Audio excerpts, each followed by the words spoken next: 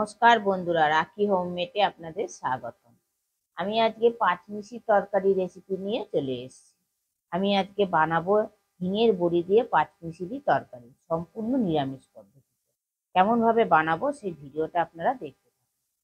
হিঙের বড়ি দিয়ে পাঁচমিশালি তরকারি করার জন্য আমি এখানে হিঙের বড়ি নিয়ে নিয়েছি পরিমাণ মতন, ওলকপি কেটে নিয়েছি, সিম কেটে নিয়েছি, বেগুন কেটে নিয়েছি, আলু কেটে নিয়েছি,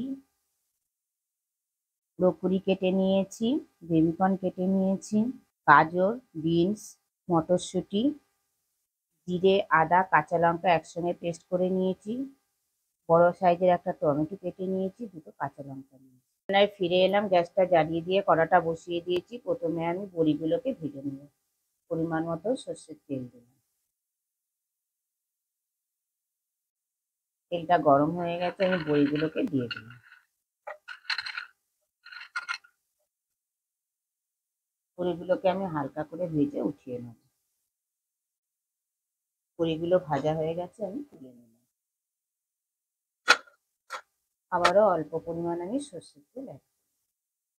তেলটা গরম হয়ে গেছে, আমি হাফ চামচ পাঁচফোড়ন দিলাম, একটা শুকনো লঙ্কা দিলাম।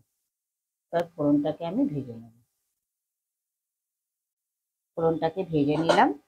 এবারে প্রথমে আমি আলুগুলোকে অ্যাড করলাম। আলুর সঙ্গে ওলকপিগুলো অ্যাড করলাম। ওলকপিটা আলুটার সঙ্গে মিশিয়ে নিয়ে ভেজে নেব। প্রথমে আমি ওলকপি আর আলুটাকে ভেজে নিয়ে তারপর এক এক করে আমি সবজিগুলো অ্যাড করব। ওলকপি আর আলুটাকে ভেজে নিলাম। এবার আমি সিমগুলো দিলাম, বিনস দিলাম, গাজর দিলাম, বেবিকর্নটা দিলাম, ব্রোকলিটা দিলাম। সমস্ত সবজি একসঙ্গে মিশিয়ে নিলাম। বেগুনটা যেহেতু নরম সবজি, বেগুনটা একটু বাড়ে দেবো। হাফ চামচ হলুদ দিলাম, এক চামচ নুন দিলাম। হলুদ আর নুনটা একসঙ্গে মিশিয়ে নিলাম। মিশিয়ে নিয়ে আমি 3 মিনিটের জন্য ঢেকে দিলাম। 3 মিনিট পর ঢাকাটা খুলে দিলাম। আবার আমি সবজিগুলোকে সব নেড়ে দিলাম। এবার যে আমি বেগুনটা কেটে রেখে দিয়েছিলাম, সেই বেগুনটাও দিয়ে দিলাম। মটরশুঁটি দিলাম, টমেটো কেটে রেখে দিয়েছিলাম, টমেটোগুলোও দিয়ে দিলাম। বেগুন আর টমেটোটাও এই সবজিগুলোর সঙ্গে মিশিয়ে নিলাম। চিনি আবারও কিছুক্ষণের জন্য ঢেকে দিলাম। কিছুক্ষণ বাদে ঢাকাটা খুলে দিলাম। আবারও একটু নেড়ে দিলাম। এবার যে আমি মশলাটা করে রেখে দিয়েছিলাম, মশলাটা আমি দিয়ে দিলাম।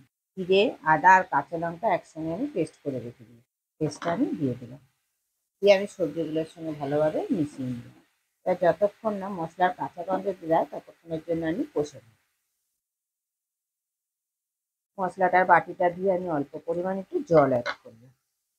মশলাটা যতক্ষণে কষছি ততক্ষণে আপনারা বলে ফেলুন কে কোথা দিয়ে আমার ভিডিওটা দেখছেন। তবেই তো আপনাদের আমি ধন্যবাদ জানাতে পারবো। সমস্ত সবজি মশলাটার সঙ্গে ভালোভাবে কষে নিলাম। মশলার কাঁচা গন্ধটা চলে গেছে। এবারে সবজিগুলো সেদ্ধ হওয়ার জন্য আমি পরিমাণ মতো জল অ্যাড।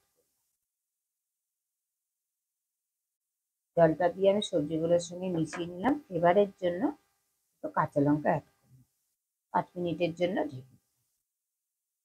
5 মিনিট পর ঢাকাটা খুলে দিলাম।